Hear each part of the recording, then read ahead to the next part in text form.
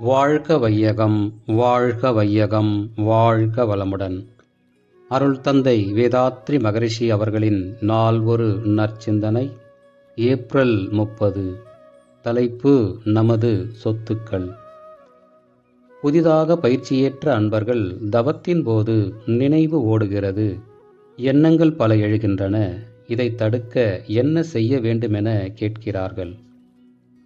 மனித உயிரை தொடர்ந்து பல தலைமுறைகளுக்கும் வரக்கூடிய சொத்து வினைப்பதிவுகள் மாத்திரமேதான். இதுவரையில் பல பிறவித் தொடராக சேர்ந்தும் இப்பிறவியிலும் கூட்டப்பட்டதும் ஆகிய நமது வினைப்பதிவுகள் அனைத்தும் உடலில் நோயாகவும் மனதில் களங்கங்களாகவும் உள்ளன. எனவே எழும் எண்ணங்கள் அனைத்தும் நாம் சேர்த்து வைத்த நமது சொத்துக்களே. அவை எங்கு போகும்? நாம் வேறு வகையில் மனதை உடலை வாழ்வில் பழக்கி புதிய பதிவுகளை ஏற்படுத்தி பழைய பதிவுகளின் வேகத்தை குறைக்க வேண்டும். தவம் செய்து உயிரின் அசைவையே கவனிப்பது ஒரு புதிய திருப்பம். சிறிது காலம் பயின்ற பின்தான் மனம் நாம் விரும்பும்படியாக ஒரே எண்ணத்தில் நிலை பெறும். அதுவரையில் விடாமுயற்சியோடு பழகி பழைய பதிவுகளுக்கு மேல் பதிவுகளை கொடுக்க வேண்டும்.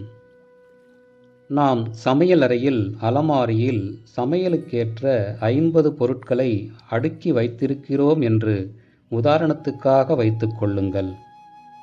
மிளகு வேண்டுமென்று எடுக்க பார்க்கிறோம். அந்த வேளையில் கடுகு, பூண்டு, சீரகம், இன்னும் மற்ற சாமான்களும் கண்களுக்கு தென்படுகின்றன. நான் மிளகுதானே தேடுகிறேன், இவையெல்லாம் ஏன் தென்பட வேண்டும் என்று சலித்துக்கொள்ள முடியுமா? எல்லாமே நாம் வைத்தவைதாம். தேவையானபோது அவையும் உதவும். இப்போது மிளகை மாத்திரம் தேடி எடுத்துக்கொள்வோம் என்று மிளகை எடுத்துக்கொள்வதுதான் சரியான வழி. இதே போன்றே நமது சொத்துக்களாம் வினைப்பதிவுகள் அனைத்தும் எண்ண அலைகளாக எழுச்சி பெற்றே கொண்டேதான் இருக்கும். வேண்டும்போது அவையும் பயன்படும். இப்போது குண்டலினி சக்தியின் மீது மனம் வைத்து தவம் செய்வோம் என்று விழிப்பு நிலைக்கு மனதை கொண்டு வந்து தவத்தை தொடர்ந்து ஆற்ற வேண்டியதுதான். அருள் தந்தை அவர்கள். வாழ்க வளமுடன்.